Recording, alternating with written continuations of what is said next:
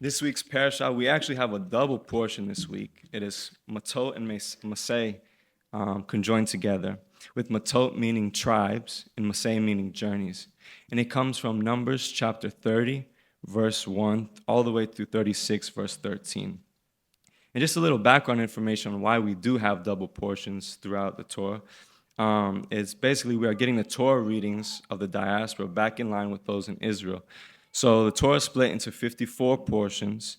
The regular Jewish year has about 353 to 355 days in it, which equates to 50 to 51 Shabbats to read.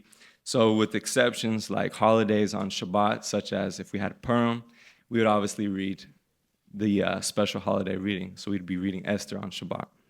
So now, with that in mind, we'd have 48 weeks and often fewer to read 54 portions. So that's why we have them conjoined. But this week, I was drawn to chapter 33, and it starts out with Lord commanding Moses to record the stages in Israel's journey. So in all of chapter 33, there's a total of 42 stages in the wilderness of Israel's journey. And the stage is often related to the 42 stages in our life. And I'll be honest, I'll be the first one to come up clean. That when I was going through the Parashah from Numbers 30 to 36, I came to 33 and I quickly skimmed over it because it's a bunch of, they arrived here, they left here. They arrived here, they left here. So I kind of easily skimmed over it. But thank God that he brought me back to it because I was reminded in the sages that the sages say no word in Torah, or all of God's word for that matter, is without purpose. So why did God have to record these stages for Israel's journey? So we have to look deeper, not only where they stopped, because that's what is stated was where they stopped, but what do they do at these stops? So we start looking at these stops, and some of these places, Israel sinned against God and sinned badly.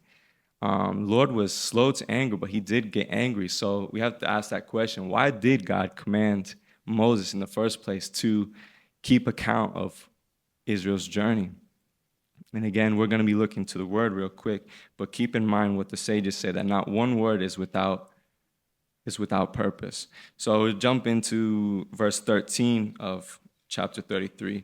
And they camped at Alush, they left Alush, and camped at Rephidim, where there was no water for the people to drink. They left Rephidim and camped in the desert of Sinai. So again, like I said, they arrived, they left. They arrived, they left. It goes through all 42 stages. So then we're asking a lot of questions today. Why does the word have to say they left? Like, would that not be obvious that they would have to leave a place in order to arrive at the next one? We have to remember that Israel, throughout this time, they're not willy-nilly walking around. They're not waking up one day, flipping a coin. If it's heads, we'll go to that mountain. If it's tails, we'll go to that valley. No, they're following God here. We're following God by the cloud by day and the pillar of fire by night. So it was God that was bringing them to these places, and it was God that was departing them from these places, taking them away from these places. So God brought them, and in the middle, when they were camping, many times they fall short. Oftentimes we see them fall short of the glory of God. They would sin, they complain, they turned their back on God and even worshiped other gods. Yet we see time and time again Israel being brought to a low place, a place of desperation where all they could was look to God and turn from their ways, and they would be departed and then be brought somewhere else. So I want us in this next part to kind of reflect on our own lives, have a time of reflection. If God commanded us to record the stages in our journeys, where would we start? What would we talk about? And I'll talk personally. I haven't kept a journal. The journal doesn't sound very manly, but but I've kind of recorded some of the events in my life where God has blessed me, and in my thinking was months from now, years, hopefully I'll be able to look back and, okay, I can remember the good things God has done and be able to bless him all over again for. But I haven't really been recording all the times where I've sinned and I've fallen short of the glory of God, because we're no greater than the Israelites, because we all face troubles and trials in our lives. We all fall short of the glory of God.